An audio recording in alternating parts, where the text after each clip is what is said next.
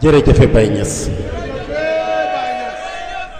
jërëjëf Baye Niass jërëjëf Baye Niass jërëjëf qui est l'océan de lumière, le symbole de la gratitude divine, le Seigneur des organismes, le pourvoyeur des richesses, le catalyseur des pouvoirs, le détenteur exclusif des secrets divins et prophétiques, le guide suprême des élus, le commandant en chef des pôles cachés, le fils du prophète de l'islam.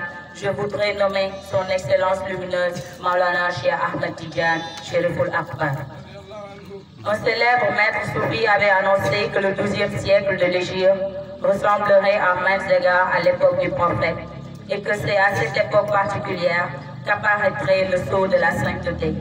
En effet, en 1737-38, 1150 de l'Égypte vint au monde Seydina Cheikh Ahmed Tidiane. Il est le fils du très pieux et savant Sidi Mahamad Ibn Mukhtar Tidjani et de la pure et honorable Aïcha. Cheikh Ahmed Tidjani avait atteint un certain degré spirituel qui l'obligeait à se voiler le visage, de la salle de contemplation jusqu'à l'arrivée à la mosquée, jusqu'au retour dans ce lieu. En effet, ceux qui auraient vu son visage ne pourraient plus cesser de le contempler. Il est d'ascendance chérifienne, c'est-à-dire que sa généalogie remontée jusqu'au prophète par Sayyidina Ali et Fatima par le fils Hassan. Mais il ne le certifia qu'après avoir vu le prophète qui lui dit 3 fois « Anta waladi Hakan, Anta waladi Hakan, Anta waladi Hakan ». Puis il ajouta « Ton ascendance par Hassan ibn Ali est authentique ».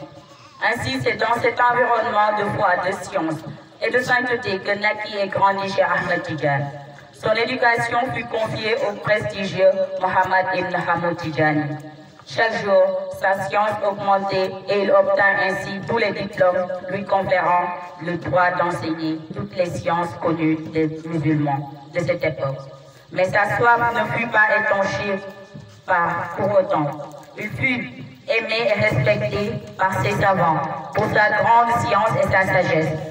Et à ceux qui l'interrogèrent sur l'identité du grand érudit par qui il aurait appris un si large savoir, il le révélait. Ce savoir, je ne l'ai pas reçu d'une seule personne, mais de tous ceux que je rencontrais.